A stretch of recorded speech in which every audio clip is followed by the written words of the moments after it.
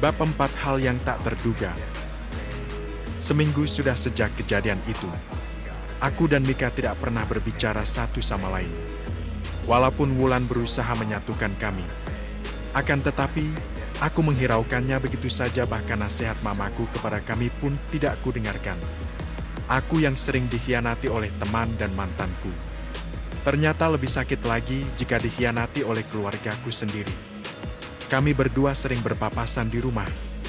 Akan tetapi, aku menghiraukannya begitu saja dan tidak memerdulikan keberadaannya. Karena memang itu yang dia inginkan sendiri. Aku hanya menjalani kehidupan sehari-hari biasaku. Dan aku juga sering melihat Rai antar jemput Mika. Perasaanku sedikit lega, setidaknya ada dia yang menggantikan posisiku untuk menjaga Mika. Walaupun aku belum mengetahui seperti apakah sifat asli Rai. Tetapi, aku tetap berpikir positif kepadanya. Malam itu, Wulan langsung masuk ke kamarku. Dia mengatakan ingin tidur bersamaku. Sepertinya, dia khawatir kepada hubungan kedua kakaknya yang tidak ada kemajuan sama sekali. Wulan hanya menggunakan piyama tidur dan sepertinya tidak menggunakan daman, karena gunungnya sedikit terlihat dari kancing piyamanya. Mungkin itu adalah kebiasaan cewek saat ingin tidur agar lebih rileks. Aku juga sama, hanya menggunakan celana pendek sarung saat akan tidur. Tidak pernah memakai CD karena memang saat pagi monster ini pasti bangun dan terasa sesak dan sempit sehingga aku merasa kesakitan. Wulan duduk di sebelahku. "Mas, Wulan boleh tidur sama Mas nggak semalam ini aja? Please?" tanya Wulan. "Gak boleh dong, kan udah besar, harusnya tidur sendiri," ucapku. "Tapi, sehari ini Wulan mau cerita banyak sama kakak. Please kali ini aja," pinta Wulan dengan mata-mata berkaca-kaca. "Hadeh, kamu ini sekali ini aja ya," jawabku yang akhirnya mengiyakan pinta Wulan. "Siap, Kak," jawab Wulan sambil hormat. Wulan awalnya bercerita rutinitas kegiatannya. Aku mendengarkannya dengan seksama dan sesekali meresponnya. Kemudian Wulan menanyakan masalah kakaknya dan ingin hubungan kakaknya yang sudah renggang bisa kembali seperti semula. Aku awalnya menolak bujuk rayuan Wulan. Akan tetapi, Wulan terus memaksa dan kekeh minta kepadaku untuk bisa berhubungan baik kembali dengan Mika. Aku yang sudah mulai mengantuk pun kemudian mengiyakan permintaan Wulan begitu saja. Setelah itu, Wulan langsung tertidur pulas begitu saja, seolah beban yang ia tanggung sudah lepas dari tubuhnya. Aku pun tersenyum setelah melihat Wulan tertidur pulas. Walau sebenarnya aku belum terpikir sama sekali cara untuk baikan dengan Mika. Sebelum aku tidur, aku ingin memastikan apa benar yang tadi kupikirkan bahwa Wulan tidak menggunakan daman sama sekali. Setelah kupastikan dia sudah tertidur lelap, aku dengan perlahan dan hati-hati membuka kancing piyama Wulan.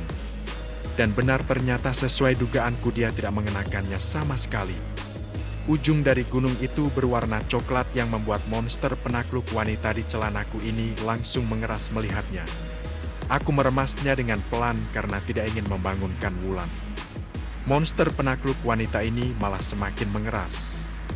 Aku hanya meremasnya sekali karena takut membangunkan Wulan. Aku kembali mengancingkan piyama Wulan dengan perlahan agar Wulan tidak terbangun. Kemudian, tinggal satu bagian lagi di bagian bawah yang aku ingin lihat dan sentuh. Aku menurunkan celana piyama Wulan dengan perlahan agar tidak membangunkannya. Dan benar saja, dia tidak memakai CD sama sekali. Black hole-nya begitu mulus dan tidak ada hutan rimbanya sama sekali. Hanya ada 1 atau 2 bulu tipis saja di sekitar black hole-nya sehingga langsung jelas terlihat. Saat aku melihatnya, secara langsung keluar begitu saja cairan pasta gigi dari monster penakluk wanitaku. Padahal hanya melihat saja, tapi damage yang kuterima begitu besar. Sebenarnya aku ingin menyentuhnya, apalagi sudah tanggung terlihat begini. Akan tetapi, aku mengurungkan niatku karena takut Wulan terbangun. Lagi pula, cairan pasta gigi ini yang langsung keluar begitu saja membuatku sudah tidak berminat untuk menyentuhnya. Aku kemudian langsung membenarkan celana piyama Wulan.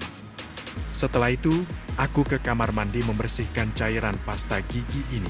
Setelah itu, aku kembali ke kamarku. Saat aku melewati kamar Mika yang memang bersebelahan denganku, aku mendengar suara dari kamarnya. Namun, aku yang sudah terlalu mengantuk memutuskan untuk langsung tidur dan tidak mengecek suara itu. Aku pun langsung kembali ke kamarku untuk langsung tidur karena aku sudah benar-benar mengantuk malam itu. Aku langsung tidur saja di samping Wulan. Keesokan paginya, bukannya hilang rasa pegalku. Justru tubuhku malah terasa sangat pegal-pegal. Saat ku bangun ternyata betapa tidak karuannya Wulan saat tidur. Kakinya berada di tubuhku dan kepalanya yang berada di lenganku. Pantas saja badanku begitu pegal saat bangun. Aku pun langsung membangunkan Wulan dengan mencubit pipinya setelah ku panggil beberapa kali masih tidak bangun juga. Akhirnya, setelah bangun dia langsung tersadar dan segera menyingkir dari tubuhku dan meminta maaf kepadaku. Pagi itu sikapku kepada Mika masih sama seperti sebelumnya, dingin. Karena memang aku belum menemukan cara untuk baikan dengannya. Wulan menatapku dengan tajam menagih janji yang ia buat semalam. Aku hanya mengangguk-angguk setelah melihat tatapan tajamnya. Aku terus memikirkan caranya dari mulai saat akan berangkat kerja hingga pulang dan masih tetap tidak menemukan caranya. Sesampainya di rumah aku langsung dicegat Wulan tetapi aku mengacuhkannya dan bilang, "Jangan sekarang kakak capek." Aku pun langsung tertidur pulas begitu saja karena kebanyakan berpikir. Jam menunjukkan pukul 00.00 WIB. Aku terbangun karena ingin ke kamar mandi. Setelah selesai aku pun hendak kembali ke kamarku. Saat ku berjalan ingin kembali ke kamarku, aku kembali mendengar suara seperti yang semalam aku dengar dari kamar Mika. Aku kali ini mendengarkannya secara seksama dan benar suara yang kudengar memang asalnya dari kamar Mika.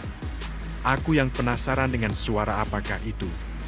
Kemudian mendekat ke kamar Mika agar lebih jelas suaranya. Suara itu terdengar lumayan jelas sampai aku bisa mendengarnya dari pintu yang sudah tertutup rapat. Aku yang mendengar suara itu pun kemudian mendekati suara itu dan mendekatkan telingaku ke pintu, kemudian menempelkan telingaku ke pintu kamar Mika.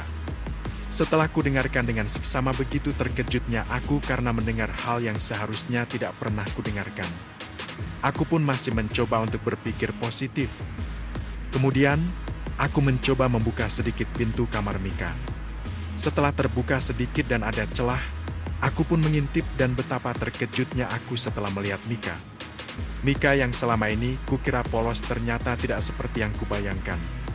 Aku segera ke kamarku dan mengambil handphoneku di meja untuk merekam hal itu untuk digunakan sebagai barang bukti.